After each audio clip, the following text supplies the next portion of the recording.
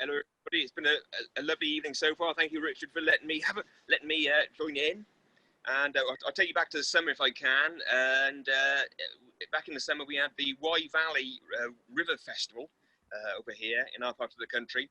But it was online. If you're going to have anything online, a river festival is one of the more awkward things you can have online. And my group, the group I'm in, called O Crumbs, a storytelling group. We did some shows based on the River Wye. So I've got a couple of short little stories based on the River Wye, if that's all right. A young man decided he wanted to join not the convent. That's an entirely different story. The monastery, the monastery at Tintern Abbey, and it was a silent order, and they spent all their time praying and working.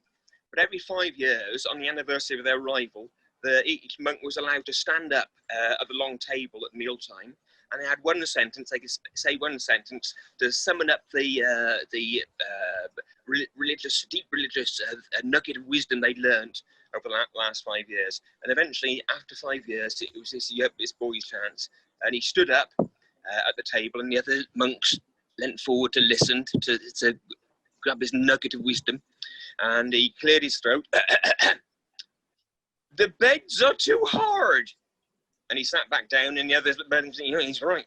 Silently, yes, he's right then. But the abbot silently went,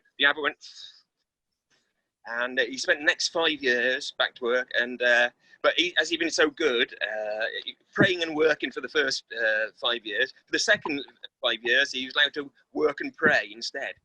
And after 5 years working and praying, it was his chance to stand up. He stood up, and the other monks led foot. What's he going to say? What's he going to say this time? They said, thought silently amongst them. And he cleared it. The porridge is too lumpy.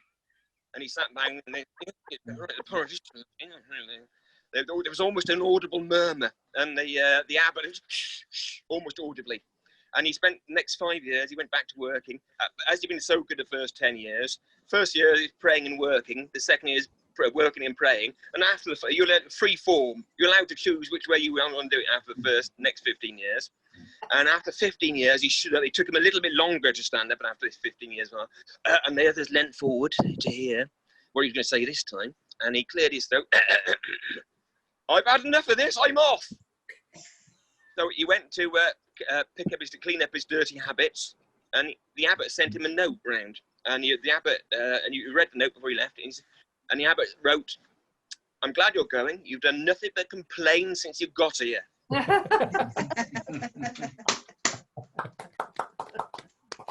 So, secondly, if you allow me to do the second one after that, a Welsh slate quarrier who was quarrying his slate in Wales in a quarry, and it was a hard day. It was a long, hard shift, and the sun was beating down on his head, rather like mine. And he took a break for a second, and he stood away from the wall of the quarry, and he turned around, and he saw the squire, the owner of the quarry, riding past on his stallion. And the slate quarrier thought, "Oh, it's hard. This is hard work." He said it in a Welsh accent. "This is such hard work. I wish I was him." And like that, he became a squire, and he rode up on his stallion up to the beautiful big house and ate a sumptuous meal. And later on the day, he looked over out of the big window of his estate. He looked at the far side of his estate, and he saw right at the far end a road. And on the road, the king was riding past, or being driven past in his carriage. And there was the king in his fine costume, and the beautiful ladies sat next to him, and the flunkies on their horses.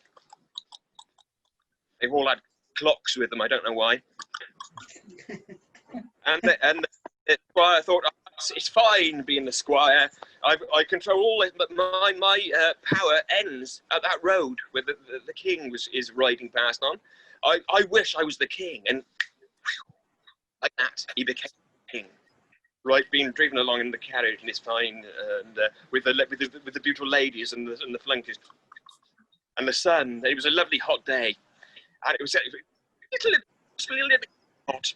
And the king started going like that, and the beautiful ladies started to sweat, and the horses started to perspire, or maybe the other way around, I don't know. And he said, "Oh, it's good being the king, but one day I will die and my power will end. But the sun up there, the sun shines down everywhere all the time. I wish I was the sun." And oh, he became the sun. And the sun shone, shiny, shimmery shine. Not a very deep thinker, the sun. Shine. It's hot. It's hot. It is hot," said the sun. And he didn't have a hand. He didn't even have a hand to go like that. This poor sun. And he didn't have a bit of a t-shirt to go like that. And he looked down, and down on the ground he saw clear cold water in a burbling brook. Burble, burble, burble. And the sun thought, "Oh, it's true. I wish I was that clear cold water in burbling in that brook." And he became the cool water. Burble, burble, burble, burble. Again, not a very deep thinker, the water. Burble, quite shallow, the water.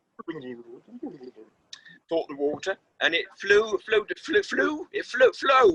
down the stream and out into the water and out into the ocean, the Atlantic, if that's not too Pacific.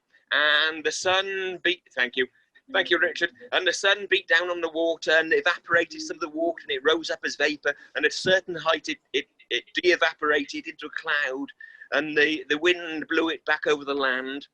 And the water thought to itself, "It's nice being water for a bit, but then I've got no power. I'm at the mercy of gravity, and then the sun beating down and the wind blowing. I'm fed up." Said the water to itself.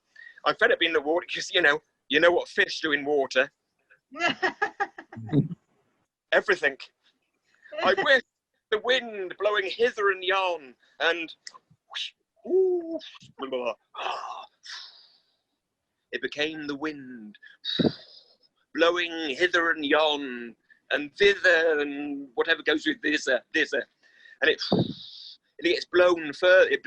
The wind blows the clouds further and further inland and up the valley and up and up the valley. And the wind and the clouds get so high it falls as rain in the Wye Valley, but the wind keeps on blowing up into the Brecon. It's pounded up the valley against the mountains at the top of the Brecon Beacons. And the wind thinks, I've had enough of this. I wish I was the mountains, all strong and eternal and butch. And like that, the wind becomes the mountain. It should have a Welsh accent, but it doesn't have an American accent. I don't know the mountain. "I am the mountain, all strong, eternal, and butch." And then it takes a long time, but eventually the mountain thinks, "Oh," and it feels down. But it's Achilles' heel. But a mountain can have a foot. Down at the foot of the mountain, he knew there was something that was wrong, and he turned very slowly. And he looked down, and there was a Welsh slave warrior quarrying away at his foot. And the mountain thought, "I thought I had it good. I wish I was." And so the whole thing continues.